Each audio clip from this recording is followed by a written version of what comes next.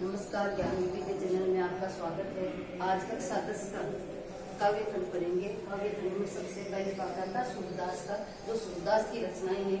तो सूरदास का जन्म विक्रम संवत 1540 में हुआ था और 1620 में हुई थी। अब है उनका थोड़ा सा विस्तार से जीवन परिचय पढ़ते हैं कि सूरदास भक्ति काल के प्रमुख कवि माने जाते हैं। इनका जन्म 1540 में आगरा और मथुरा के बीच रुनुक्ता गांव में हुआ था। कुछ विद्वान इन्हें दिल्ली के निकट सी ग्राम में भी इनका जन्म स्थान मानते हैं। इन्हें अपने संप्रदाय में मतलब आचार्य वर्ग ने, ये कृष्ण भक्त थे और आचार्य वर्ग ने इन्हें अपने संप्रदाय में शामिल कर लिया था। अष्टसात कवियों में सूरदास का प्रमुख स्थान है। ये जन्मांध थे और सूरदास उनकी प्रमुख तीन रचनाएं सूरसागर, सूरसारावली और साहित्य लेरी, ये उनकी प्रमुख रचनाएं हैं। सूरदास ने श्री कृष्ण की बाल लीलाओं का विस्तार से वर्णन किया है तथा सहयोग, वियोग, माधुरी, श्रृंगार तथा भक्ति से संबंधित हजारों गेय पद्यों की रचना भी की है। भ्रमर गीत में सगुण भक्ति का सुंदर निरूपण भी इन्होंने अपने काव्य में किया है।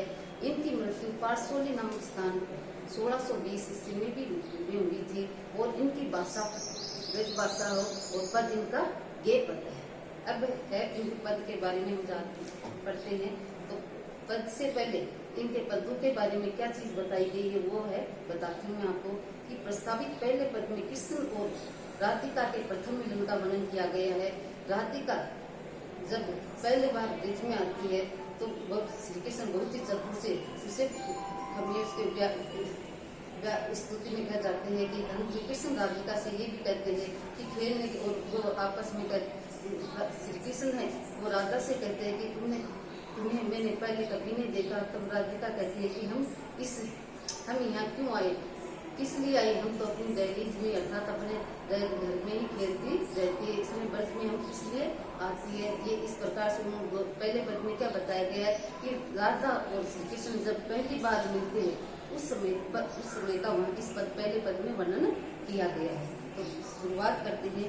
पूजत श्याम कौन तू गोरी, कहाँ रहती काकी है बेटी, देखी नहीं तो ब्रज की कोरी, काहे को हम ब्रजतन आवती, खेलत रहती अपनी गोरी, सुनत रहत श्रवण नद डोठा, करत फिरत माखन गति चोरी, तुम्हारे कहाँ चोरी हम ले खेलन चले संग मिली जोड़ी, सूरदास प्रभु रसिक शिरोमणि, बातन बुलाई राधिका।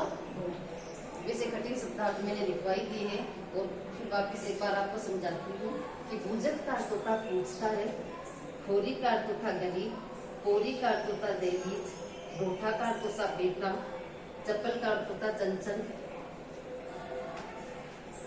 और का अर्थ होता कटाक्ष, प्रीति का अर्थ होता प्रेम, अकोर का अर्थ होता जिद, नागर का चतुर और चितवन का होता दृष्टि। अब इसकी पद्यों की शुरुआत करते हैं। भूजत श्याम कौन तुम गोरी, श्री कृष्ण पूछते हैं कि हे गोरी तुम कौन हो, कहाँ रहती, काकी का अर्थ होता किसकी, कहाँ रहती हो, काकी है बेटी, तुम किसकी बेटी हो, देखी नहीं कभी ब्रज की खोरी, कि ब्रज की गली में तुम्हें मैंने कभी नहीं देखा है। तो श्री कृष्ण और राधिका क्या कहती है, काहे को हम ब्रज तन आवती, कि हम किस लिए ब्रज की ओर आते हैं, तनिस ओर आती, खेलत रहे अपनी पूरी, हम तो अपनी दहलीज, चोरी का अर्थ होता दहलीज, तो दहलीज में हम खेलती रहती है।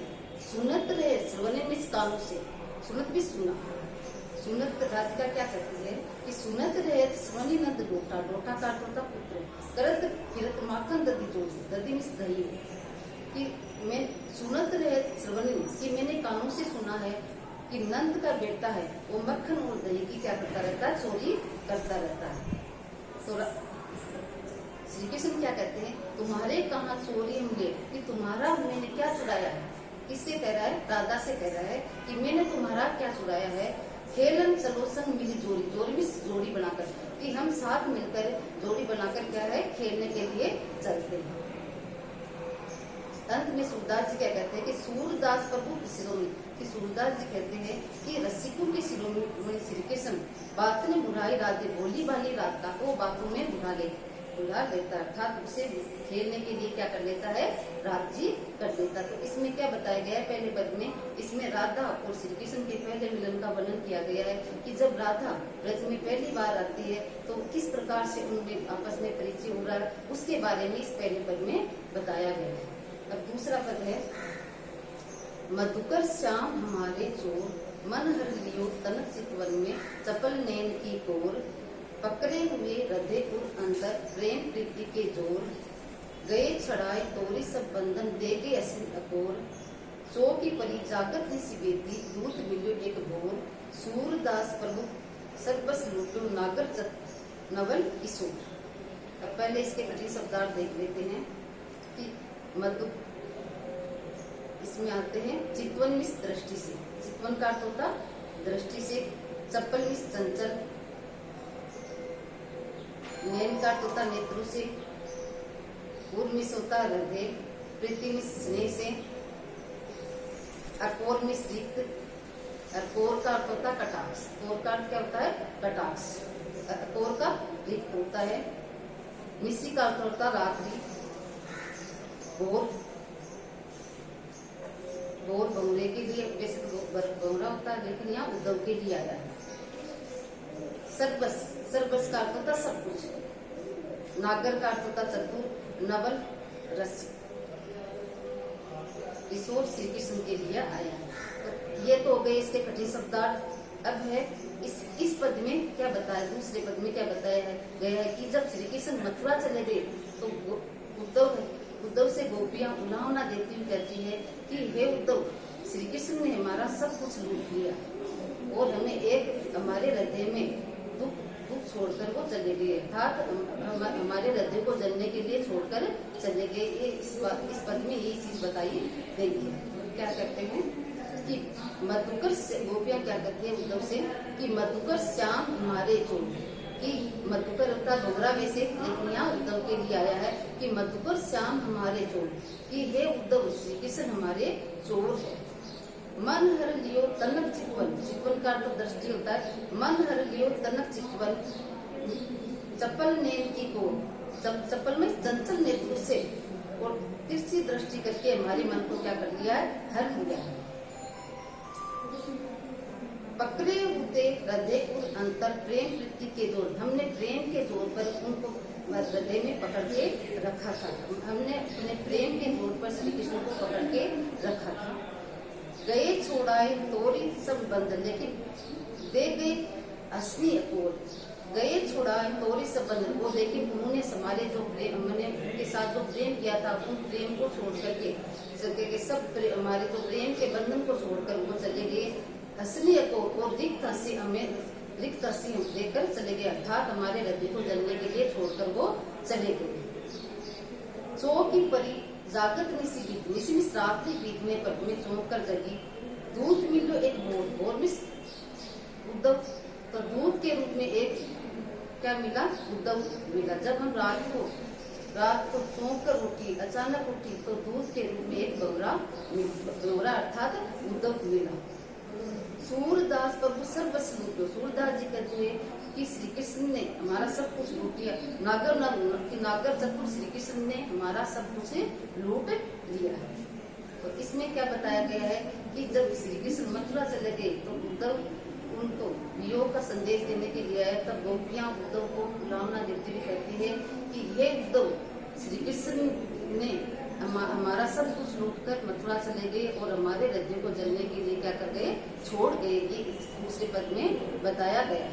अब तीसरा पद है, संदेशनी मधुवन खूब भरे, अपने तो पटवत नहीं मोहन, मरे फिरे न फिरे, जितने पति पठाए मधुवन को, बहुरी न शोध करे, के श्याम सिकाए प्रमोदे, के कब बीच मरे, कागद करे मेघ मसिज फूटी, सरदम लाग जरे, सेवक सूर्य लिखन को अंधो, पलक कपाट हरे। अब है इसमें क्या बताया गया इस पद में कि गोपियां उद्धव से कहती है कि हमने श्री कृष्ण को इतने पत्र लिखे, जो भी इस रास्ते से जो पथ्य का अर्थ होता संदेश, कि जो भी संदेशवाहक इस रास्ते से गुजरा उसके साथ हमने कितने ही पत्र भेजे, लेकिन श्री कृष्ण न तो अपनी कुशलता का पत्र भेजा और न ही वो संदेशवाहक हमें दिखाई दिया। ये बात इसमें बताई गई है कि संदेश ने, पहले इसके कठिन शब्दार्थ देख लेते हैं। संदेश ने, संदेश ने का तो संदेशों से, पटवत भेजना, पटवत का अर्थ क्या होता है? भेजना। पढ़ाई का एक भेजना ही होता है। पथिक होता रागी, बहुरमिस बहुत से, शोध मिस होता खोज करना या खोज करना, सिखाई मिस सिखा करके, प्रमोद मिस बस में करना, मेघ मिस बादल होता है लेकिन यहाँ पे पानी के लिए आया। मेघ का अर्थ होता बादल लेकिन यहाँ पानी के लिए आया। मस्सी का अर्थ होता स्याही, दहो मिस जंगल की आग के लिए आया है। पलक कपाट, पलकों की कपाट मिस कीवाड़ होता है। अब करते हैं कि वो क्रिया है वो उद्धव से क्या कर रही है कि संदेश ने मधुबन, मधुबन आया या मथुरा के लिए, संदेश ने मधुबन को पिसोता कुआ, कि हमारे संदेशों से मथुरा के क्या है कुएं भर गए हैं। अपने तो पटवत नहीं गे मोहन, मोहन श्री कृष्ण के लिए आया है। अपने तो पटवत नहीं मोहन, हमारे प्रिय न प्रिय, कि श्री कृष्ण न तो अपनी कुशलता का समाचार भेजते हैं हमारे, और जो हमने भेजे उनका भी कोई जवाब नहीं देते हैं। जितने पथिक पठाए मधुबन को बहुरी न शोध करे, कि जितने भी पथिक या मथुरा जितने भी पथिक गए थे वो वापिस बहुरी न शोध करे, लेकिन उनकी कोई खोज खबर नहीं हुई है।